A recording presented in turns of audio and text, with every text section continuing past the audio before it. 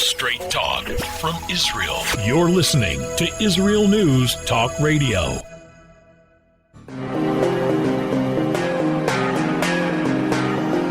Political hitman.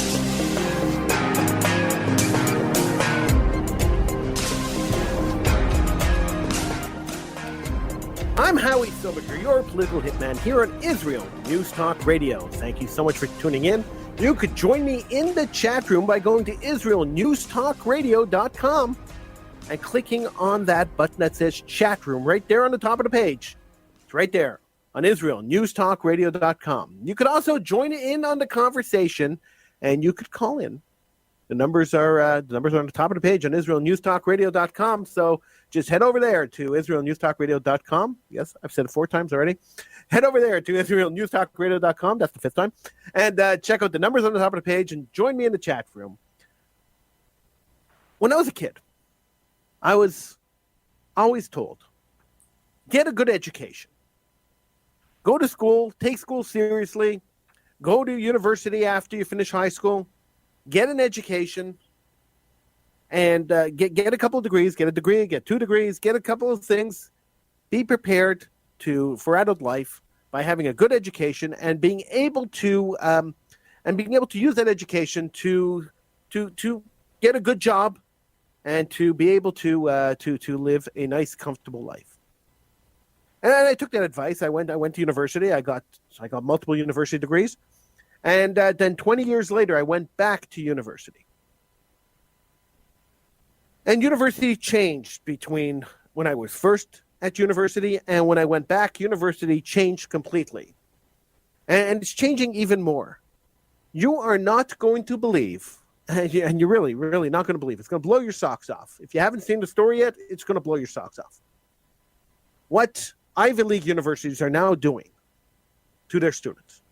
What they're inflicting on their students. We're going to talk about that and a whole lot more right here on Political Hitman.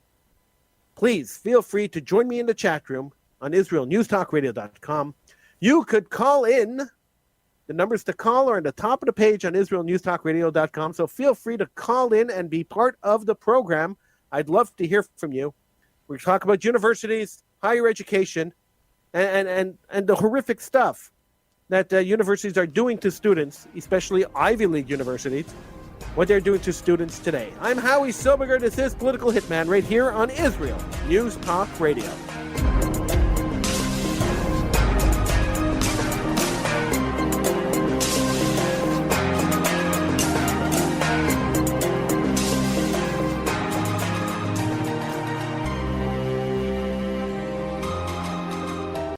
Always challenging the status quo. Hello, I'm Rod Bryant on Beyond the Matrix here at IsraelNewsTalkRadio.com. I want to encourage you to listen each week, every Wednesday at the same time, for an amazing show that will challenge you, inform you, and inspire. News, views, and wisdom for the nations here on IsraelNewsTalkRadio.com. Don't forget, Beyond the Matrix every week, Wednesday, here on IsraelNewsTalkRadio.com.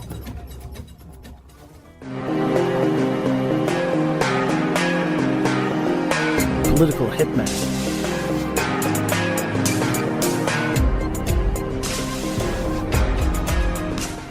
I'm Howie Silberger, your political hitman, right here on Israel News Talk Radio. Feel free to join me in the chat room on IsraelNewsTalkRadio.com, where the discussion has already started. And, of course, you could call in. The numbers to call, 301-768-4841 if you are in North America. In Israel, the number is 0265 00151. Those are the numbers to call in to get in on the conversation here on Israel News Talk Radio. My name is Howie Silberger. This is Political Hitman, and I would love to talk to you. So, my parents told me, get a good education, go to university, get that university degree, get as much education as you can while you're young, and therefore you will have the education and you will get the good job as you get older. So I listened to them, and I went and I got the education. I got 2 university degrees. By the time I was 24, I had 2 university degrees. And I got the good jobs. I got the paying jobs. I got the well-paying jobs. I did okay. So fine. We move on. 20 years later, I decided to go back to school because I wanted to further my education. I wanted to get another specialty, another degree. And so I entered a program that I had started 20 years earlier, and I had dropped out of. And so I had a few years to go, and so I went in. And the difference between university in the 90s and university in the 2020s, or the 2019s, 2018s, is unbelievable. The woke crowd is enough to drive you crazy. The people who think that because they are woke, they could judge you. I was the old man in university when I was in university the first time. I was a kid. I was the youngest one there, and here I was the oldest one in most of my classes. And they really came after me. I speak my mind, as I do here on the radio and as I do everywhere else. I speak my mind, and they came after me. And so I finished the degree. I got the degree, and everything was cool. Everything was cool. But I was thinking, what are students learning in these universities? Why do they exist? Is there any point in sending your kids to university today? And I had almost come to a conclusion. I had worked it out in my brain, and I came to a near conclusion that maybe there was some value in university education. And then I saw the news report this week, a couple of days ago. Harvard University, an Ivy League university, has hired Palestinian Authority negotiator Saeb Erekat to teach their students about diplomacy. Now, when I first read this, when I first read the headline, I had to stop laughing. I started laughing, and I had to stop laughing. It was funny, and I was thinking, why am I laughing? This is infinitely sad. This is terrible. But I laughed. And then I read it again, and I read the article, and I laughed again. And then I started thinking about it, and thinking about how horrific the situation is. So for those of you who don't know who Saeb Erekat is, I have two things to share with you. One will be a comment from Israel Hayom, a newspaper in Israel, that appeared on August 29th. And another will be a story, a personal story, a story I had a connection with. So we'll start with the story I had a connection with.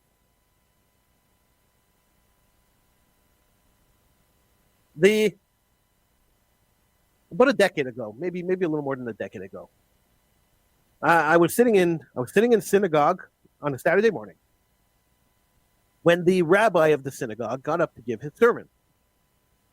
And he got up and he said, "Listen, I have something to tell you." And we were all looking at him. Okay, what do you have to tell us?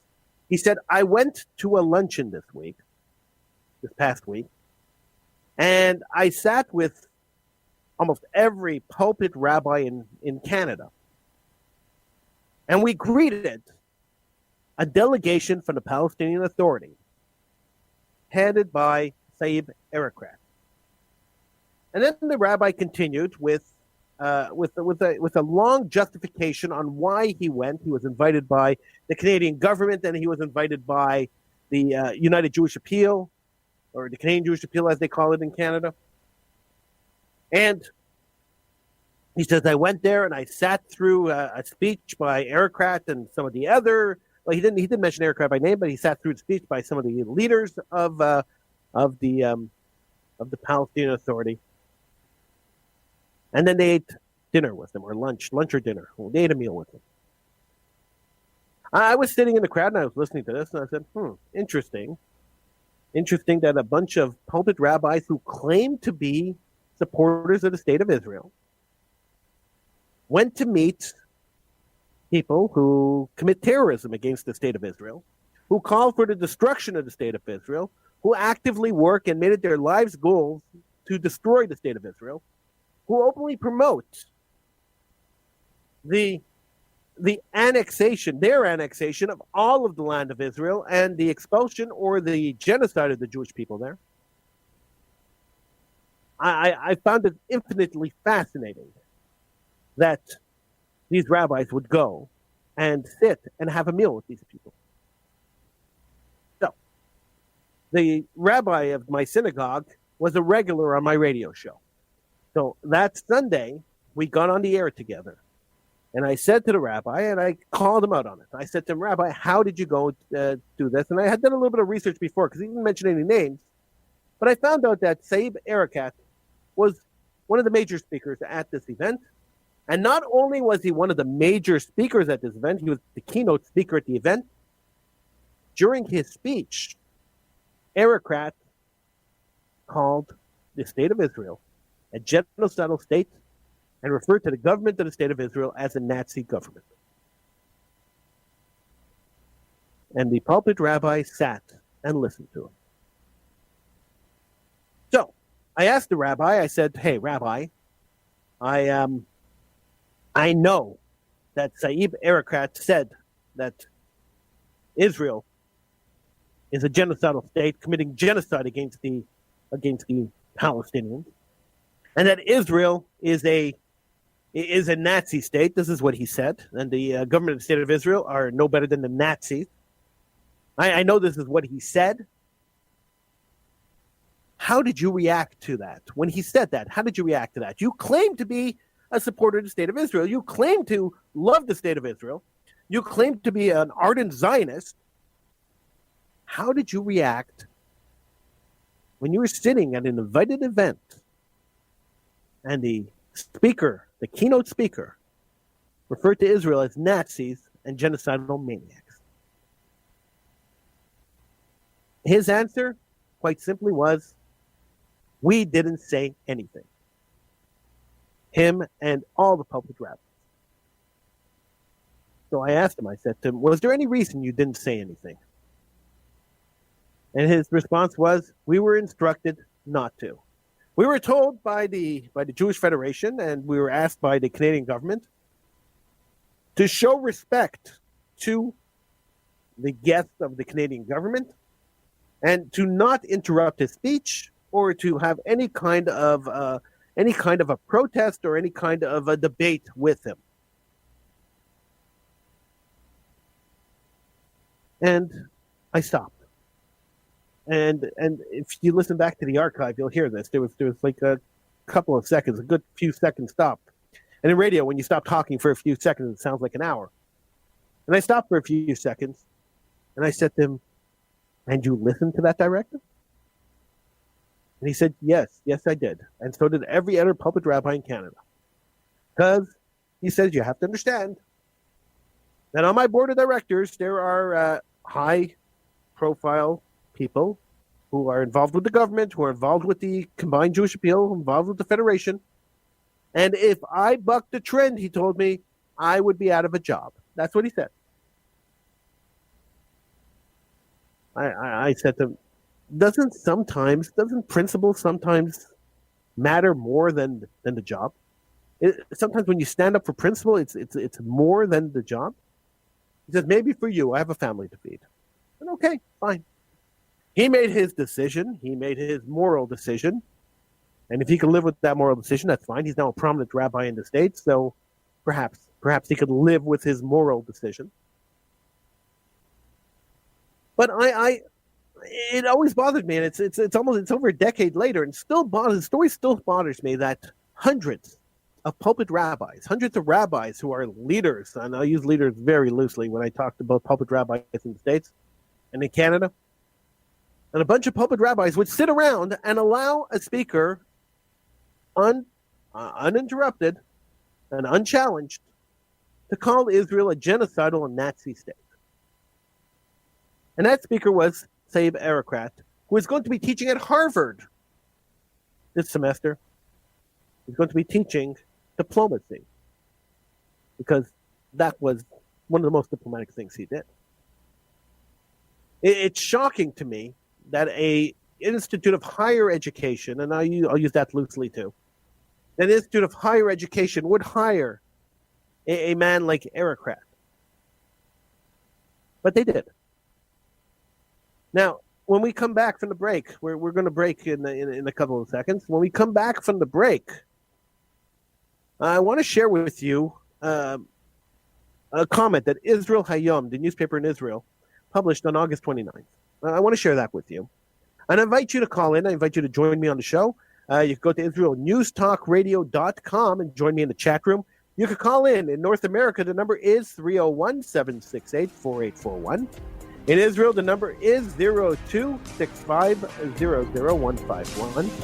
I'm Howie Silberger, and you are listening to Political Hitman on Israel News Talk Radio.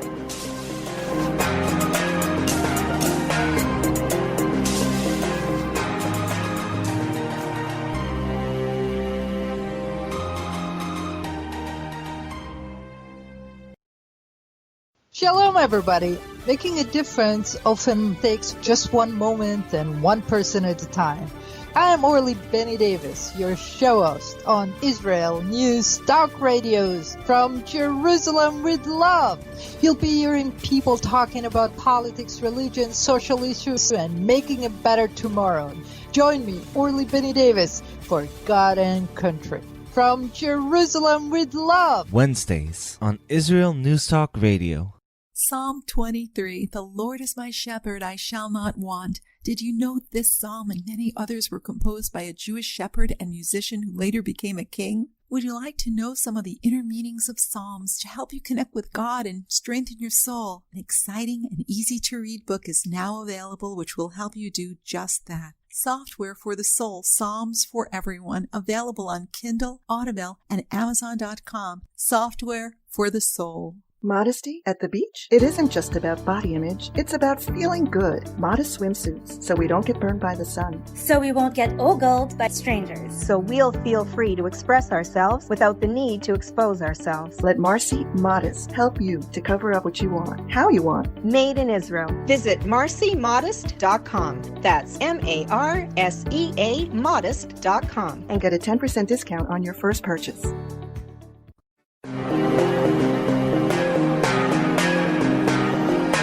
Political Hitman.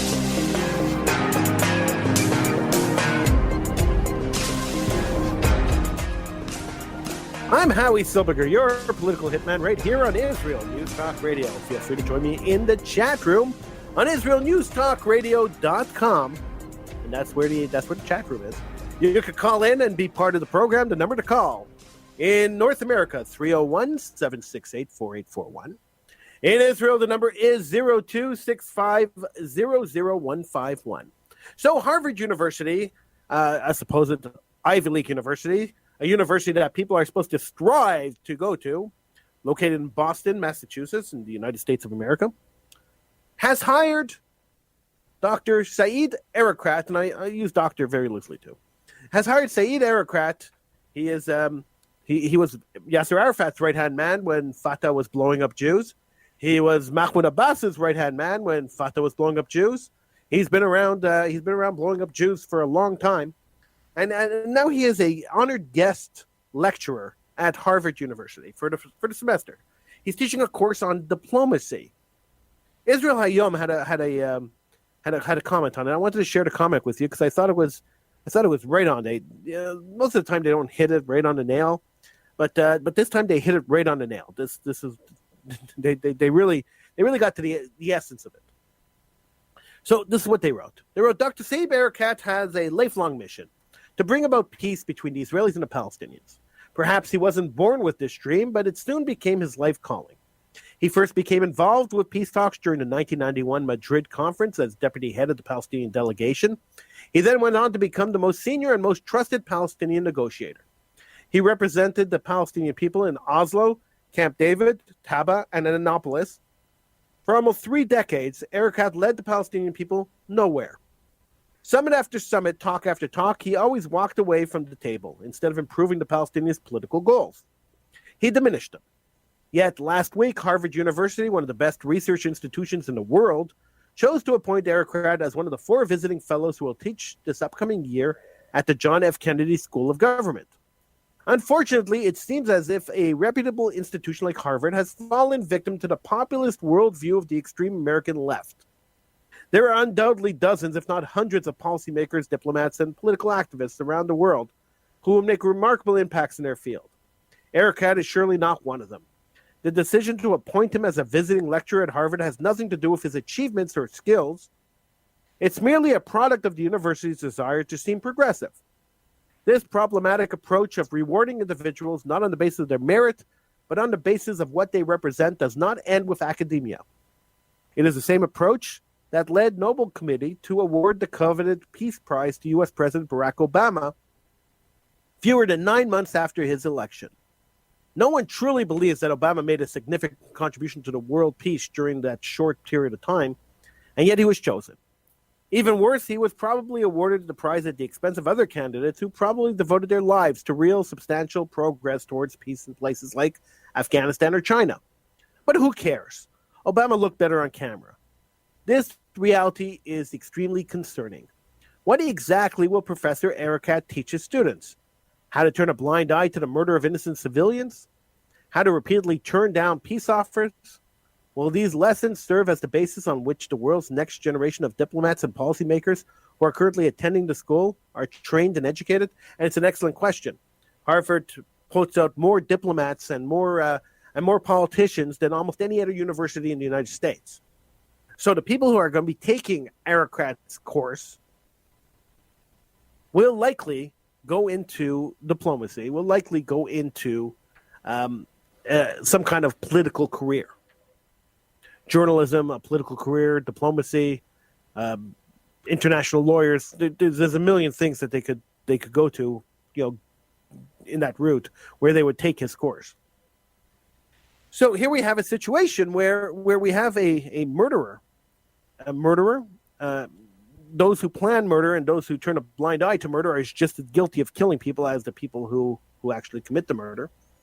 So here we have a murderer, a man who committed murder against Jews and Americans and people in Paris, a man who helped organize and fund and run one of the largest terror organizations in the world, the Palestinian Liberation Organization. At least it was one of the largest terror organizations in the world. And now he's going to teach at a prestigious university and have a prestigious credit attached to his name. It's maddening. It's sad. It's sick, and it's maddening. Anybody who knows anybody who was a victim of a terror attack, anybody who has any connection to a terror victim from the Palestinian Authority or the Palestinian Liberation Organization, Fatah, or any of the other crazy branches of this genocidal, crazy organization, should be outraged that Harvard hired this man to teach.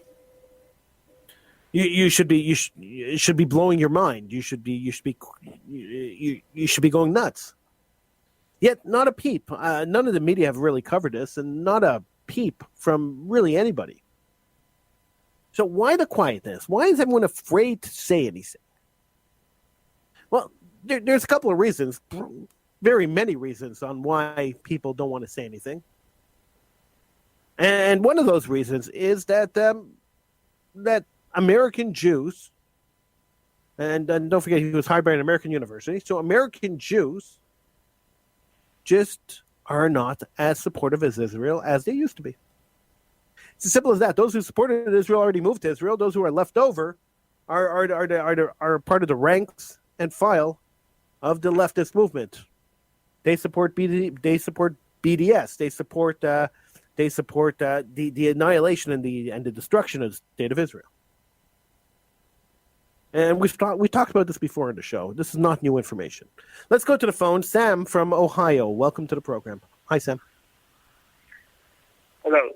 My question is about Catholicism in America. At first, I wanted to say my own idea. I think what America needs is some fundamental change. I mean, listen to what Bernie Sanders is saying. If we look very closely to infrastructures of our country, we see that the rich are getting richer and the poor is giving all its money to the rich. I'm calling you from inside America to just tell you one thing, and it is that America is not the heaven everyone wants to be in. I'd be glad to know your idea too. But my main, I called you to say one thing, and it's actually about the election. I want to elect someone that could resolve the capitalism in America, and I think that person would be Bernie Sanders, not Trump, because during his presidency, we saw that the only thing we saw was the growth of capitalism, and we saw that the rich was getting richer, and that is not right. I think Joe Biden would be a very better president for the United States of America. Let me ask you a question, Sam. Bernie Sanders is an admitted communist, so he spent his youth running around Russia and Cuba, and then he got married and had his honeymoon at Cuba, communist-run countries, and he's expressed his support of communism and socialism. Now, when we look at communism, forget about socialism; it's just communism light. But when we take a look at communism, there is no communist regime that has allowed freedom of religion. Religion is the first thing they suppress, because religion says that we live by a moral code, and when that moral code is broken, we stand up and we object to the fact that the moral code is broken. So in order for communists to go and kill millions of people who are dissidents and who disagree with them, you have to get rid of that moral code. So they suppress religion. So that was the first thing they did. So I don't understand how you would think that Bernie Sanders would run America with more Christian values when he supports communism. I don't get it.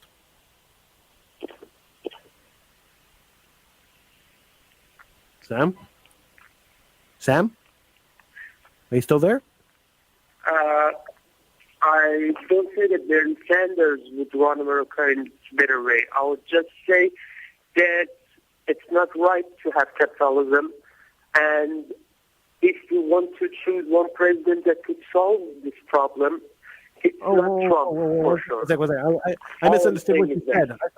I thought you said that Bernie Sanders was going to promote Catholicism. Oh, you want him to suppress religion. You don't like religion. Is that what you're saying?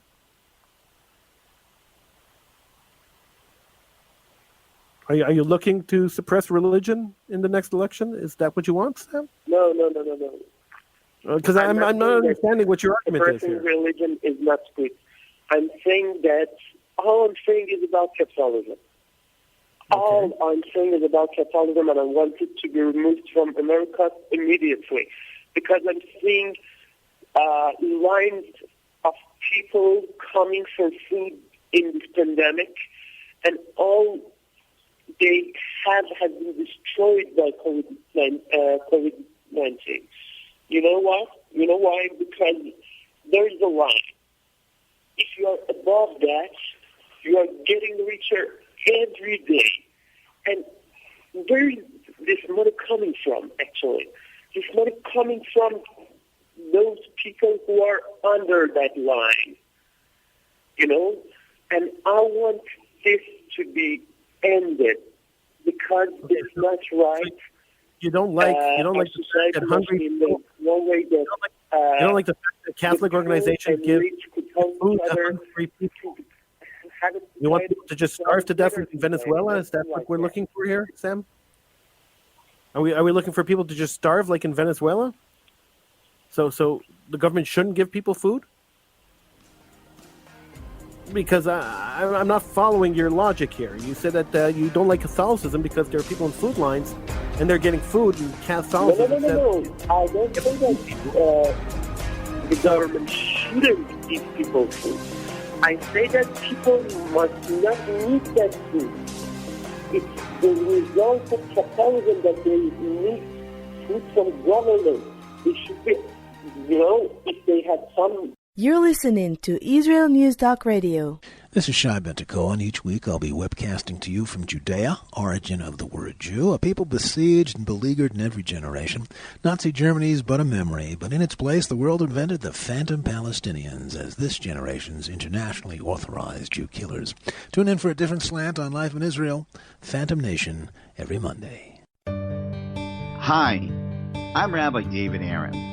The soul basics are the most profound, the most essential, and yet often the most neglected in our education. Join me for Soul Talk on Israel's News Talk Radio and discover the secrets to love, spiritual growth, and personal power.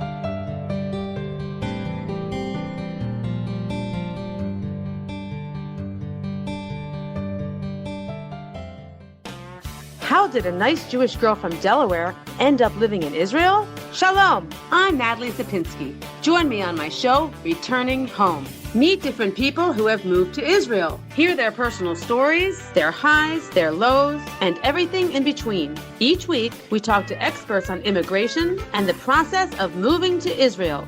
Listen to Returning Home every Thursday, only on Israel News Talk Radio.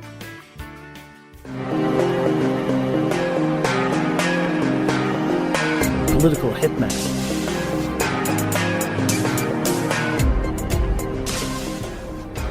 I'm Howie Silberger. This is Political Hitman here on Israel News Talk Radio. Feel free to join me in the chat room on IsraelNewsTalkRadio.com, and of course you could feel free to call in just like Sam from Ohio did.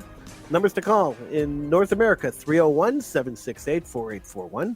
In Israel, the number is 02-650-0151. And you could talk to me right here on the air, live radio. Feel free to call in and be part of the program, or join me in the chat room, and you can be part of the program there too. So we're talking about universities. We're talking about Saeb Erekat, and his appointment as a lecturer at Harvard University. I think that after the universities start hiring terrorists and terrorist supporters to be professors, it might be time to have second thoughts about sending children there. Impressionable young children. I don't care how prestigious the place is, and I don't care what the place is. Any place that's going to hire the leader of PLO terror is not a place that I would ever want to visit or send my children to. Simple as that. And I think people should start holding these institutions accountable, and the government should start holding these institutions accountable. I mean, they had to apply for this professor. I don't know. It's hard to even call him that. For this man to come in and lecture at Harvard, they had to get a license. They had to get a visa for him. And in order to get a visa, they had to prove that he was coming in, for lecturing purposes, whatever. The American government should have denied that visa. They have a policy; they don't allow terrorists into town. So why would they give him a visa? But apparently, he got one.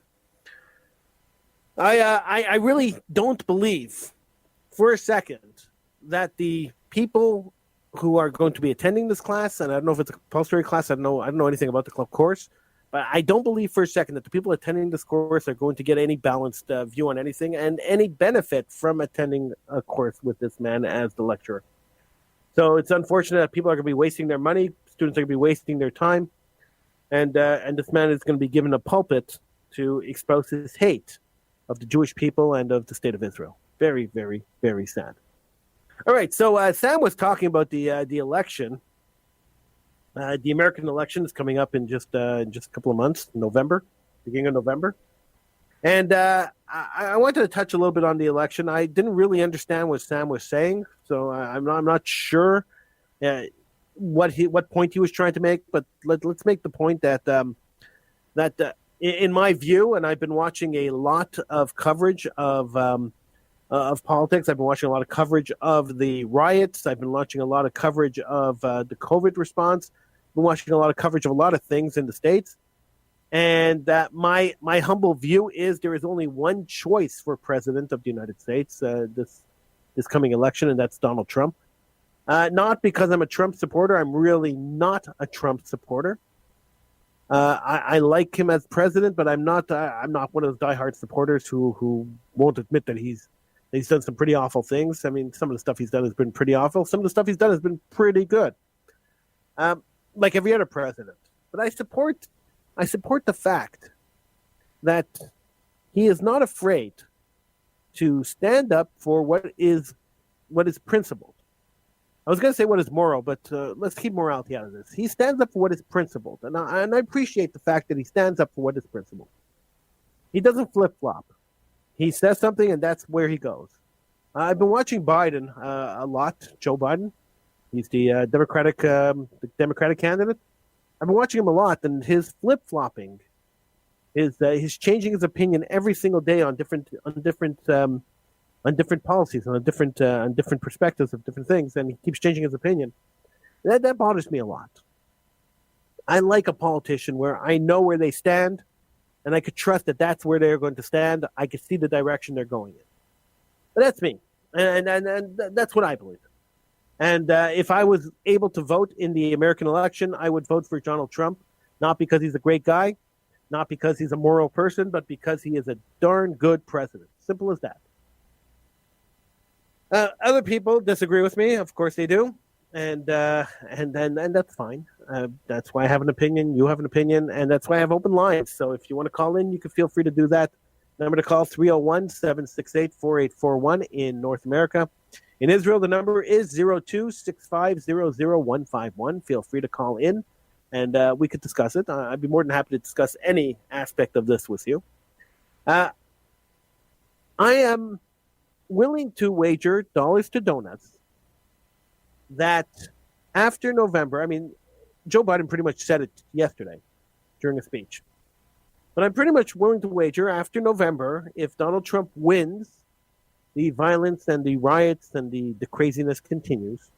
If Donald Trump loses, all this disappears. Because you see, even if they say that this is all about Black Lives Matter, and this is all about police brutality against the black community, the truth is that this is a political ploy to get Donald Trump out of office. Simple as that. The violence, the looting, the chaos in the States is a distraction to the American people, and it's there simply to distract them from the good that Donald Trump is doing, so the Democrats could point to these lootings and these riots and this hate and this and the division in society and say it was all caused by Donald Trump. You're starting to see that already. Joe Biden said during his speech yesterday, he was very clear, and he said, do you think if Donald Trump is elected that this violence is going to stop?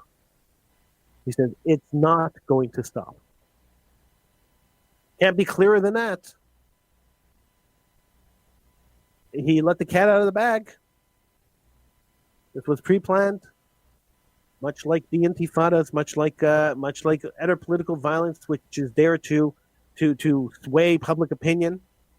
This violence was pre-planned and will continue until the election day, or until Donald Trump decides, as president, to send the troops in to put it down.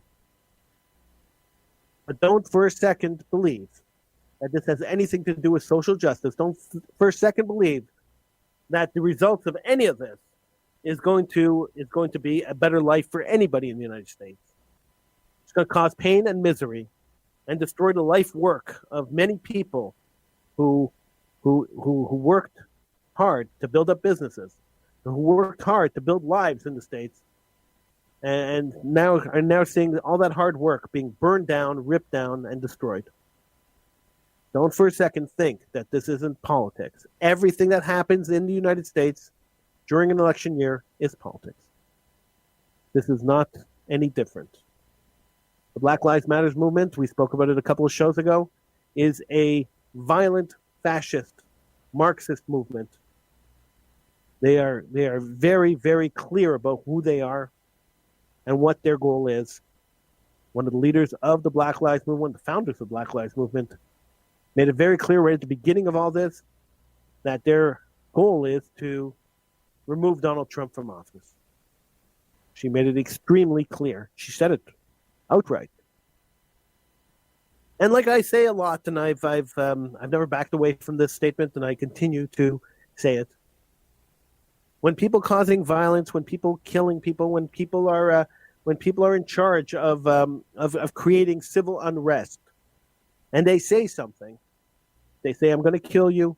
They say, I don't like you. If they say that our goal is to achieve this, whatever it is, whatever point they're trying to make, when they say that, they mean it. There is no reason to doubt them. There is no reason to think that they misspoke. There's no reason to think that that's not really what they said, and to parse the words. When people say things in public, in general, they mean what they say. When the leader of Black Lives Matter said Our goal is to get Donald Trump out of office, and out of office before the election. Don't take my word on any of this. Look it up. It's all on YouTube. When she said that, then we knew right away that civil unrest, that social justice, that justice for whatever, put in whoever's name you want to put in there, was all a cover. The idea is to overthrow the government and install a Marxist socialist state. Very unfortunate that many good-willed people, many people who really believed in the cause, I mean the fake cause, really believed in the cause, got caught up in this movement. It's very unfortunate. They raised money for this movement. They got caught up in this movement. They wanted to look woke. They wanted to look like they were part of everyday society. They wanted me to look like me and people like me to look like we were old men. At the end of the day, pure analysis of the situation, you see it right away. This is a political ploy to get Donald Trump to lose the election or to get thrown out of office before the election. Period. Point blank. There's nothing more to it than that. Now it's gone around the world. That's fine. I mean, people take up a cause. Gone around the world, but the riots and the violence in the United States, sole purpose is to destroy Trump. Well, we're just about out of time. I'm Howie Silberger. I want to thank you so much for tuning in. I want to remind you that we are on every week, and we are live, which means that you could call in every week and be part of the program here on Israel News Talk Radio. It is a pleasure and an honor for me to be joining you every week, to talk to you every week, to share some ideas, and to hear some of yours. And I'm really happy that Israel News Talk Radio has given me the opportunity to be here. It's been 4 years already, and hopefully we'll be here for a lot longer than that. And I want to thank them for giving me this opportunity. I really appreciate it. I'm Howie Silberger. This is Political Hitman right here on Israel News Talk Radio. I'll see you next time.